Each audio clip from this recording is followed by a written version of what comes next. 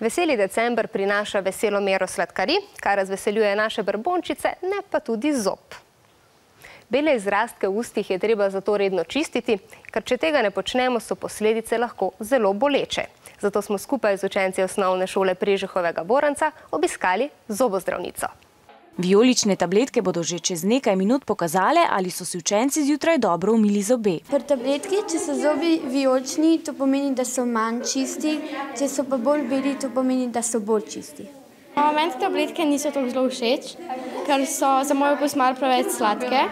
Ko vsi poližejo tabletke, sestra pregleda, kakšne barve so zobje. Učenci osnovnih šol v Sloveniji tako tekmujejo, kdo najbolj skrbi za ustno higieno.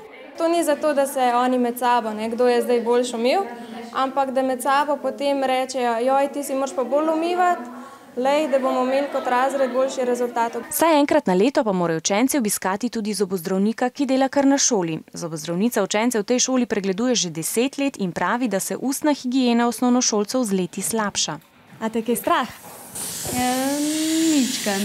Zakaj?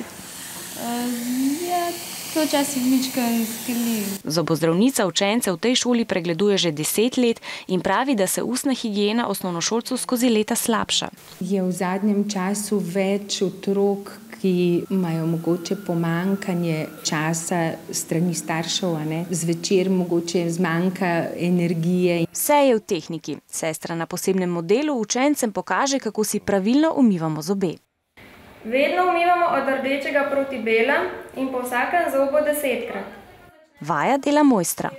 8, 9, 10. Zobe si je potrebno umivati vsaj 2-krat na dan, vsaj 2 minuti, pred zajtrkom in pred spanjem. Pri tem uporabimo okoli 2 cm zobne paste, ki ima oznako PPM, kar pomeni, da vsebuje zadostno količino fluoridov, ki bodo uspešno kljubovali nastanku kariesa.